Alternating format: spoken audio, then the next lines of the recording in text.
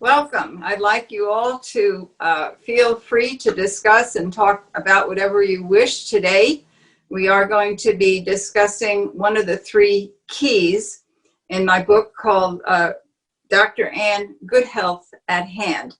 I am Dr. Anne. I'm Dr. Anne Seifert. I am an epidemiologist, PhD from UC Berkeley, and also I have a master's degree from Smith College in psychology. I'd like to introduce Donna, and she's coming to us from Florida. Hi, I'm Donna, but I'm in Boston now.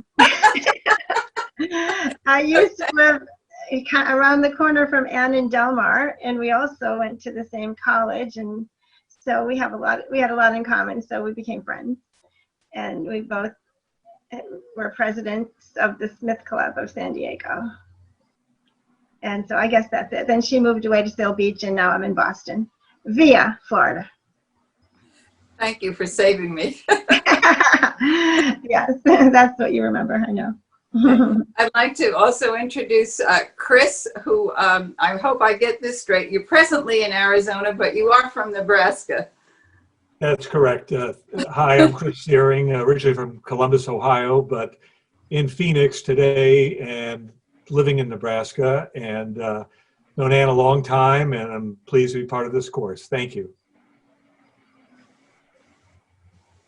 And now we will introduce Joe. Okay, hi. Let's see. I live in the same area that Anne lives at.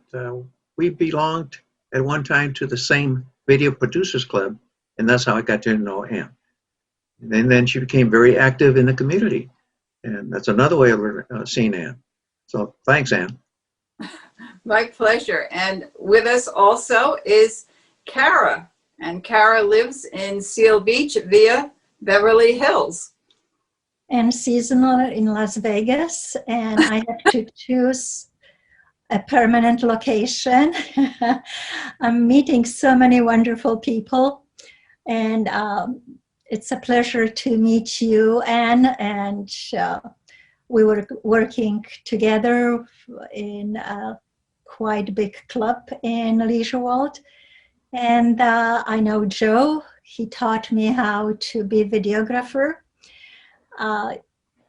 Lately, I saved a puppy's life who became now a therapy dog and saving lives. And my schedule is very, very busy, but you are giving me this opportunity to look inside, and in some way, COVID-19 is letting us know to go inside and starting to take care of our inner soul, and that's what I am doing lately. Well, thank you all for coming. So today we are going to go to the key called move. I want every person to allow others to speak without interruption, and feel free just to listen if you wish. Now, part of this key called move is about exercise. It's about finding the right exercise for yourself. And if you don't have one that you really like, hopefully we can find one that you really like today. So let's start our discussion. We will go through the 3 points in the book. This is the book, Dr.Anne, Good Health at Hand. And we use the practice pages for our discussion.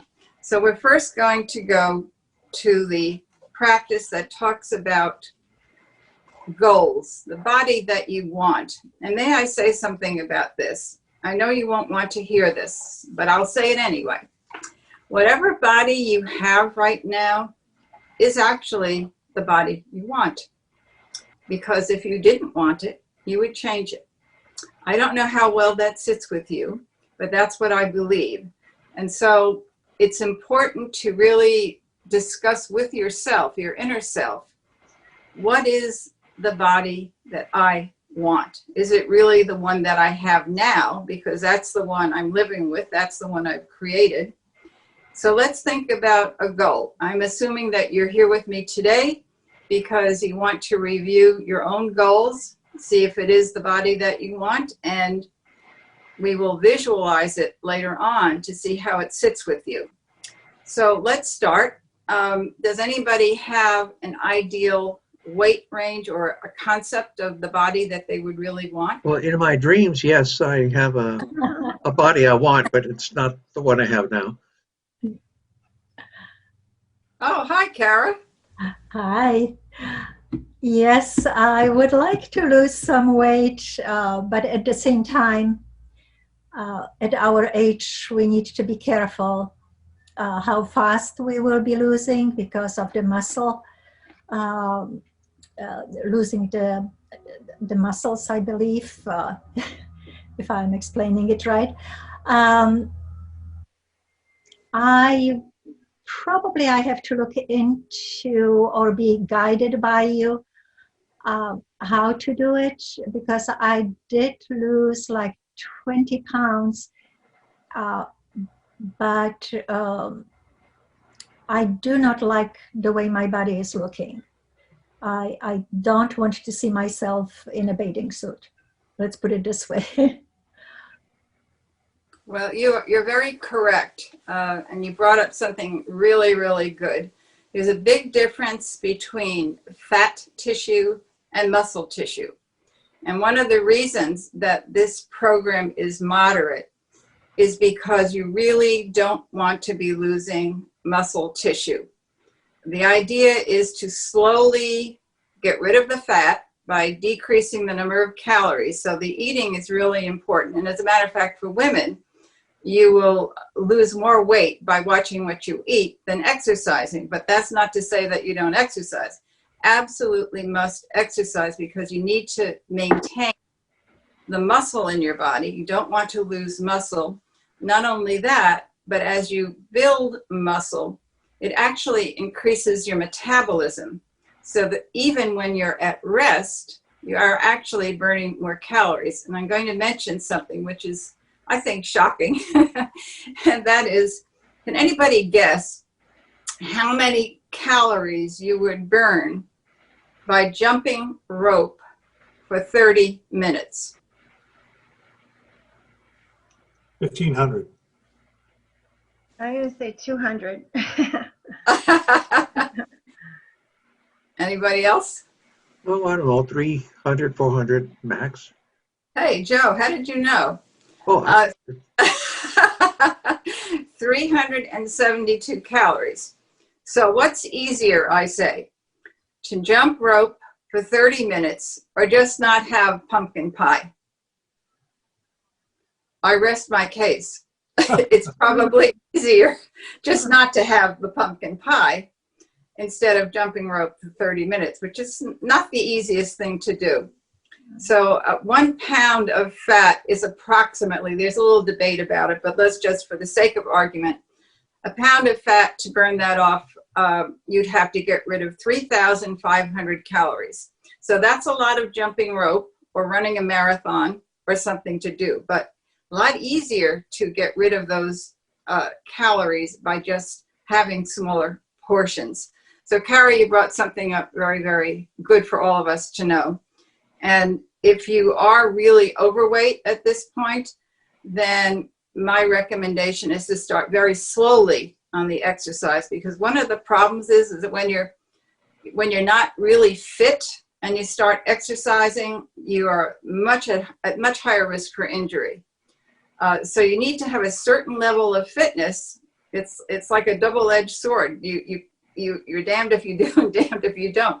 So you need to have a certain level of fitness to get fit. So you have to start slowly. So does anybody have a weight that they did on the practice to go for? Yeah, I guess I'll talk. My ideal weight I put as 120, and so luckily I'm there. I'm there. But my doctor just told me to gain 5 pounds because of osteoporosis. That women, the other doctor I had too said the same thing. That people in Massachusetts weigh more than people in California, because once in California I weighed 123 and the doctor said don't get any fatter. So I don't get it, but I told my doctor that I like the way I look, and I probably would even go a pound less or two. But I said I thought that the rule was you're supposed to be 100 pounds at 5 feet, and then 5 pounds for every inch over that. And so then 120 would be about right for me. Yeah, it's an approximate weight. And my feeling about your ideal weight, it has to be the weight that you choose, where you feel the best. It doesn't matter what number anyone gives. Remember, muscle weight is more than fat weight.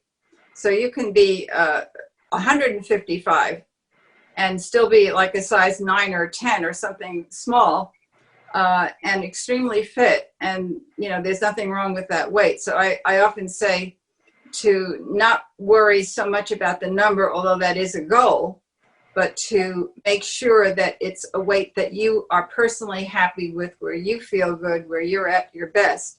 As for osteoporosis, I happen to know that you play tennis. You're an avid tennis player.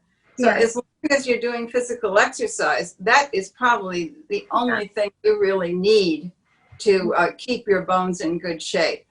Okay. So you're fine, Donna, as far as I am concerned. And I say this not as a physician, but simply somebody who has studied risk factors. Great. Thank you. Good to hear. Anybody else have an ideal goal? Sure. I think I'd like to, my weight probably the last 15 years has been about a 10-pound range. And I notice when it's on the heavier side, I feel sluggish. And this summer playing my son who's stuck with us because of COVID-19, we're playing a lot of tennis and doing a lot of stuff. So I'm close to where I feel much better than earlier this year, but I'd like another 5 pounds off. I think I feel better.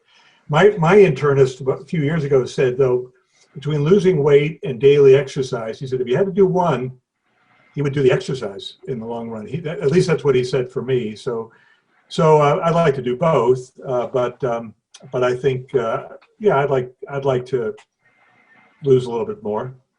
Okay, well, fortunately for men, you definitely lose weight more than women do for the same amount of exercise.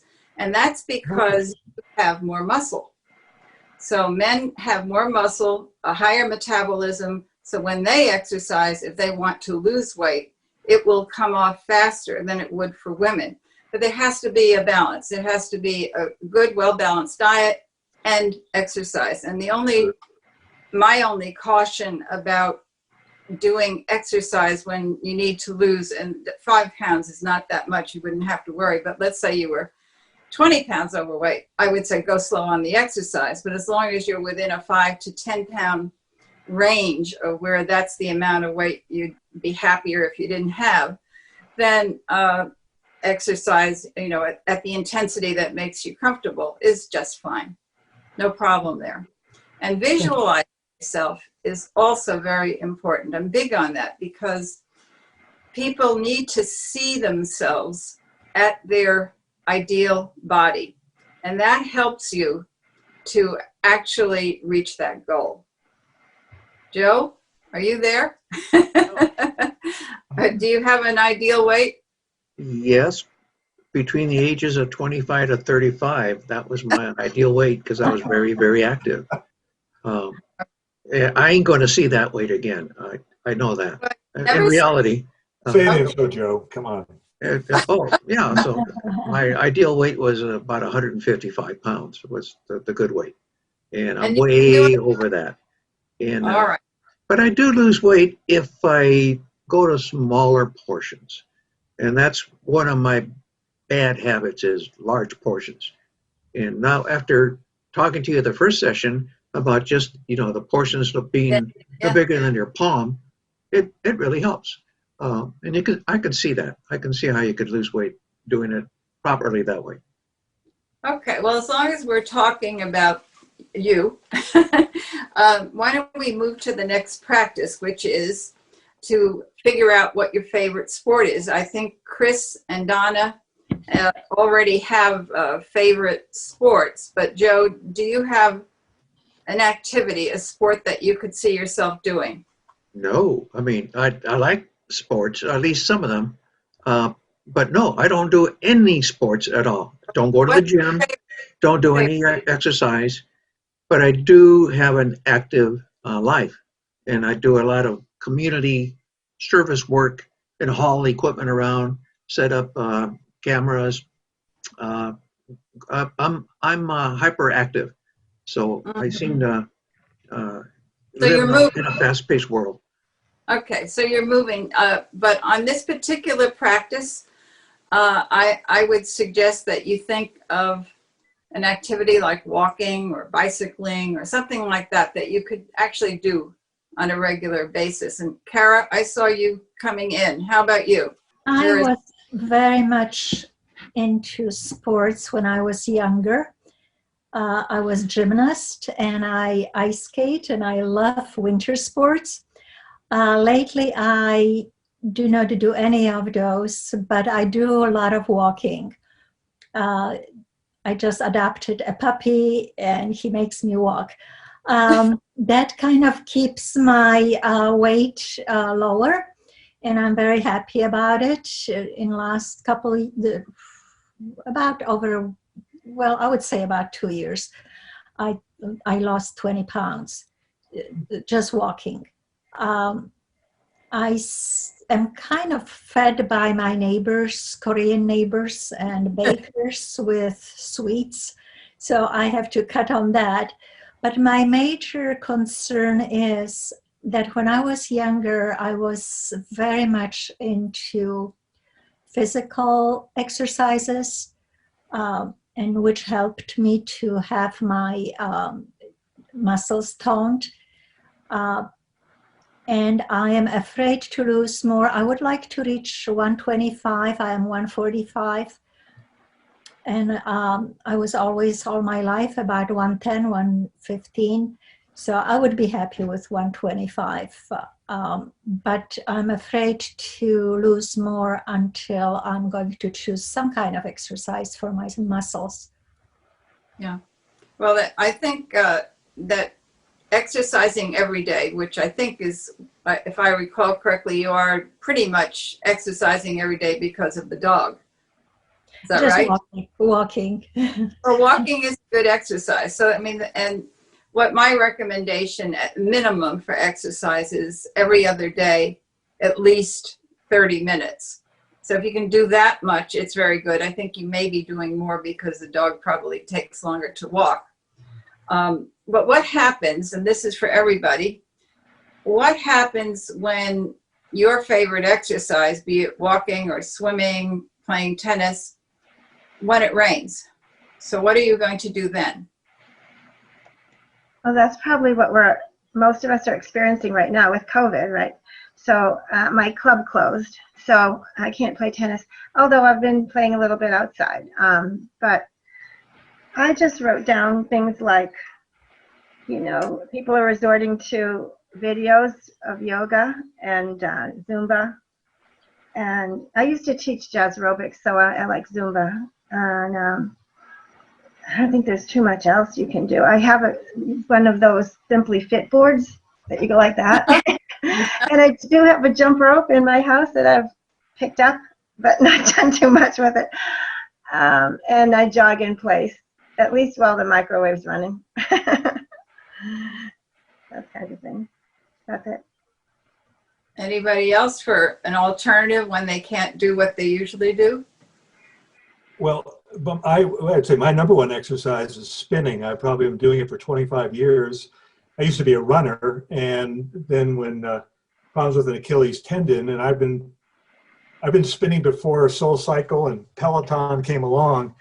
And if you haven't tried it, it's a great exercise. It's easy on the joints, and I highly recommend it. It makes up for, used to get a runner's high when you're running and sprints. It can get pretty close to that. And at the Y, they offer those. I mean, the Peloton is pretty expensive, but I just go to a local club. But I highly recommend it for anyone, especially people baby boomers. It's a great exercise. And 30 minutes of high, I mean, you don't have to go full steam. You can go at your own pace, but I highly recommend spinning. I think it's a great exercise. So are you able to do that now? Oh, I do it 4 times a week. I've always done that. That's my number one exercise. I like the aerobic rush I get from it, and then I do weights. But I think as people get older, what I found is it's easy on the joints, and if you want to push it, you'll get you'll burn up your calories that way. So I just, if someone's looking for something, they shouldn't be intimidated by spinning. It's on all levels. You can control it. Not every instructor is a maniac, but it's a great exercise, especially if people are looking for something indoors. And so I'm a big fan of indoor cycling. So do you do that in a gym or at home? I do that in a gym. It's cheaper. The Peloton, those bikes are about $2,000, and it's about $100 a month for the online. But that's where everything is starting to go. But if you have the money, it's great. But a lot of places offer those, and with the pandemic, instead of having 25 people in a room biking, they limit it so there's space in between. You really can't wear a mask. I see people wearing masks. I don't know how you're pushing yourself wearing a mask, but they take precautions. You wipe down the bike. I'm just saying, as an exercise, if you want to get that heart going, it's a good one. It's a very good one. All right. Okay, and I want to bring up, what's the importance of exercise? I mean, why do we do it? And mainly, it's to get oxygen to our cells. And why do we want oxygen to our cells? Because we want our heart to beat more. So you're breathing more deeply, you're getting more oxygen, and it goes to your cells. And that helps to build muscle tissue. So it's just good for circulation, good for building muscle. And there's something else that I think it's really good for, especially if you have a goal to lose a few pounds here and there, or a goal maybe to lose a lot of pounds. Many of us think of ourselves from the neck up. I know that I walk around in my head, usually most of the time. I'm just in my head. I forget that there's a rest of the body. So one of the benefits of exercise is that you remember there's the rest of your body and you connect with it. And what I think is wonderful is if we can all do this and remember to do it, it might be helpful just to motivate ourselves to really keep with an exercise, or as I call it, physical play program. You look in the mirror and you look at your body. How well aligned is it? Are you standing straight? Are your shoulders even? And then the one exercise I recommend, no matter what you do, is what I call the pelvic tilt. Is anybody here familiar with that exercise?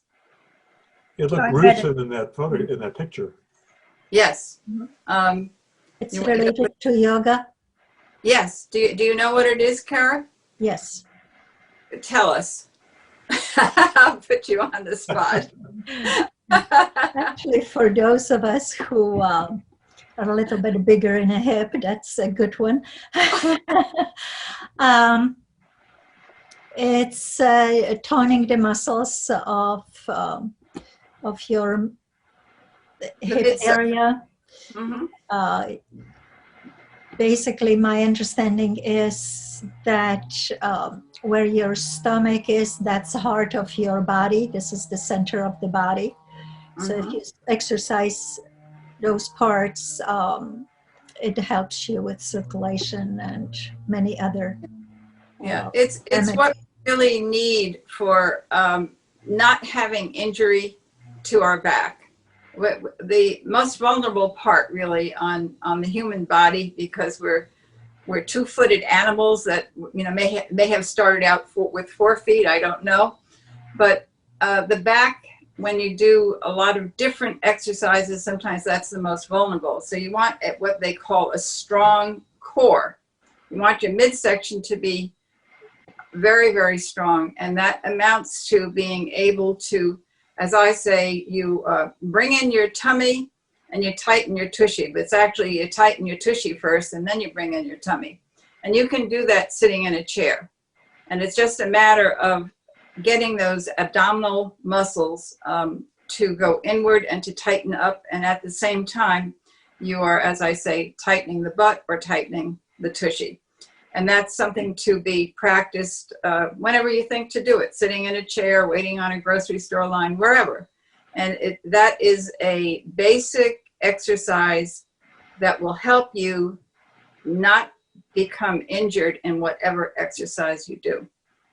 So we are now going to go, unless there are any questions here. Does anyone have a question before I turn to the next practice about where to find a question? Yes, go ahead.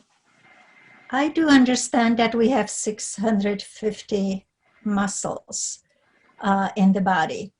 I would like to exercise all of them, but the day is only so many hours. Do you recommend any particular exercise or applying some kind of system so we can have all 65, we can move them and exercise them? Well, I think a lot has to do with body type, that and here's what I call self-discovery. Some people are better at what is called explosive sports. Some people are better at endurance sports, and some people are very flexible.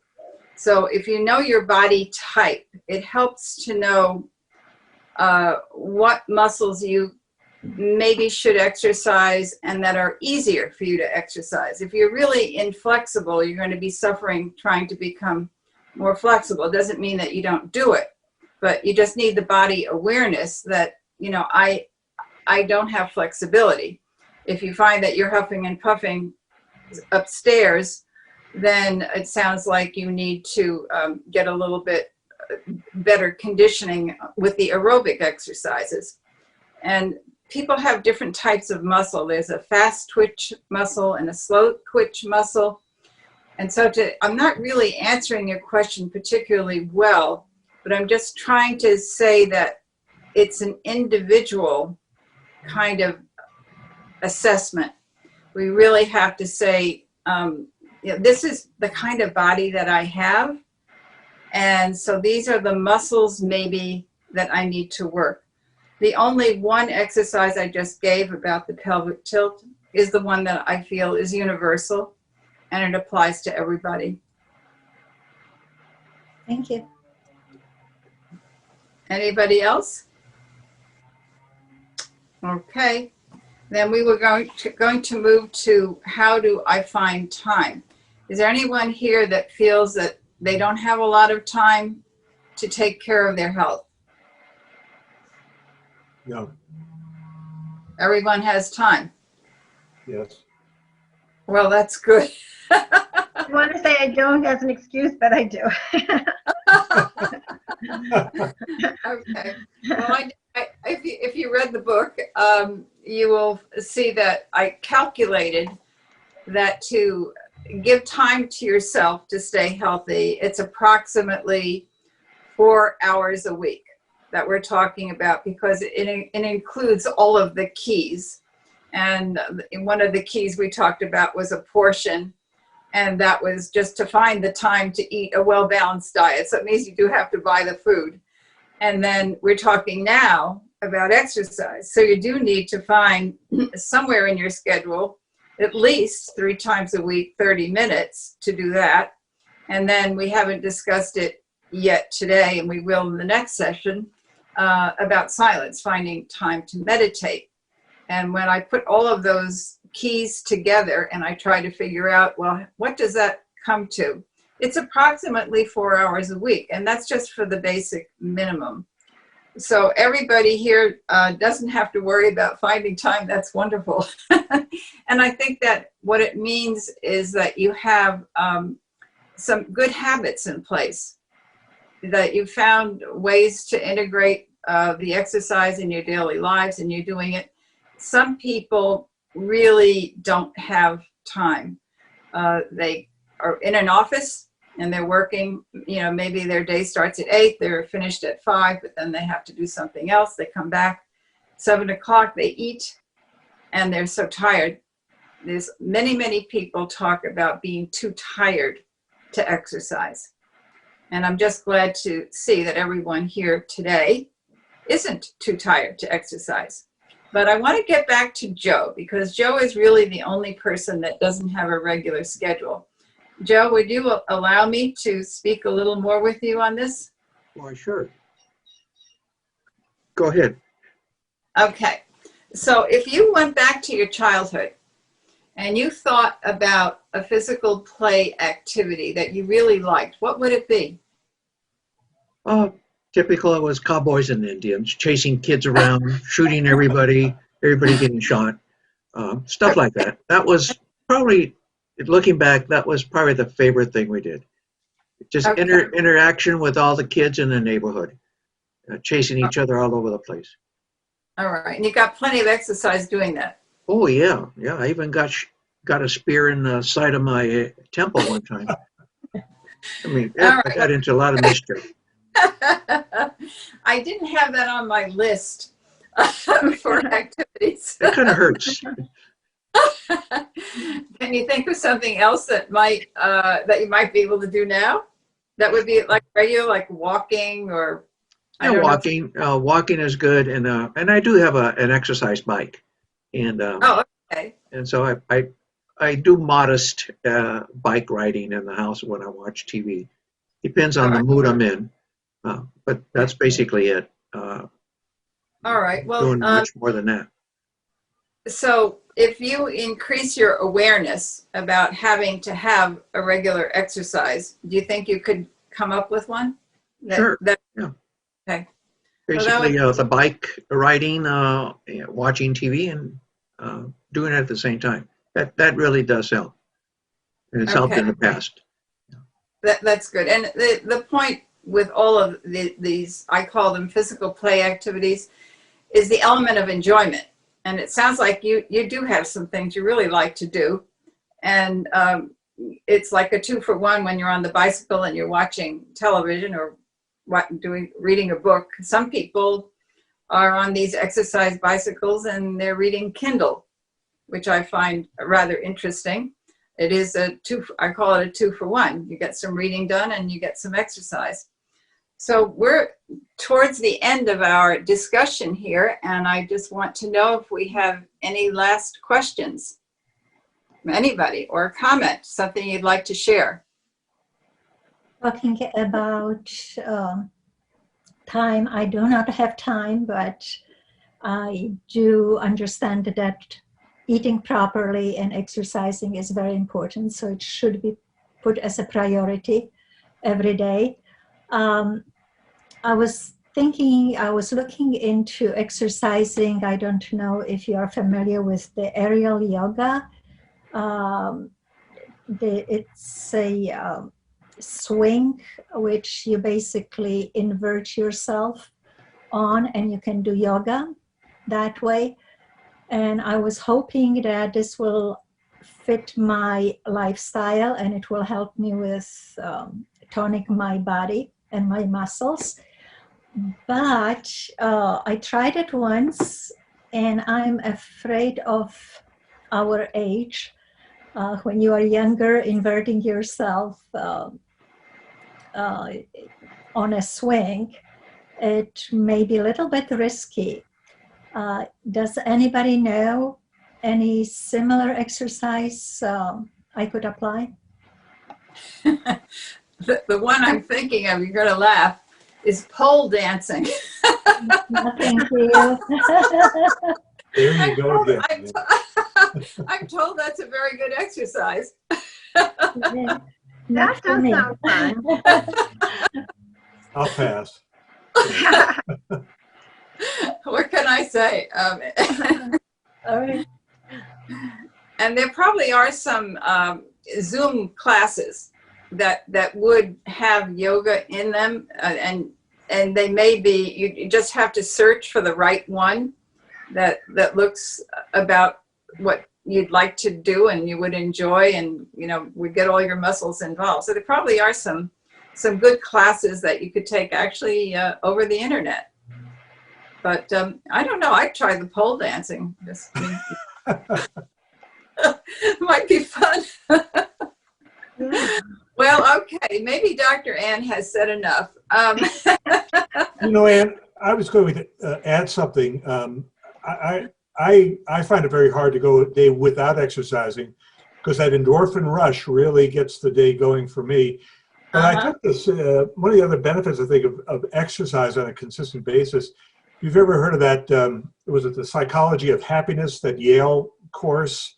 Yes. They talk about the 5 keys to happiness, friends and family, gratitude, optimism, activity, which could be physical or anything, but they really push that as one of the keys. And I'm sure it has to do with, it's a great stress reliever. It's, and again, an endorphin rush really can get you through the day. So I think it's, I physically feel it and mentally feel it when I don't exercise. So I couldn't agree with you more. And I think as a key to happiness, definitely it helps. So just my 2 cents worth, whatever that's worth. Well, it's wonderful, because that's exactly, you said exactly where it is that we would like people to be with their physical play. That it's really enjoyable. They are getting that so-called high, and they miss it when they don't do it. If I, for some reason, cannot get my exercise in, I always say don't let more than 2 days go by without exercise. Right. And if for some reason that happens, let's say I get the flu or something, I just can't wait to get back. And that's the feeling that we want everyone to have, is that really good feeling, that feel-good experience, and you get out there and you do it, and then when you don't do it, you miss it. Yep. So thank you. What do you do, Anne? Are you doing pole dancing, or what are you doing for your exercise? No, I have basically 3 that I do. In the summer, it's swimming, and then I do walking, probably more than I do swimming. I vary a little bit, and I used to go bicycling quite a bit. But since we moved to Seal Beach, it's a busier community, and I can't find the streets that I used to find. When I lived in Del Mar, the streets were practically empty. But here, it's a busier type of community, and it's a little bit more dangerous. So I've held back on my bicycling. So mainly it's walking, and I do that every day. There's a pier that we can walk to, so I can see the ocean. So I get rewarded for my long walk. That's great. But I want to thank you all for having a hand in this practice circle. And our next meeting will focus on another key called silence, which is finding your quiet time.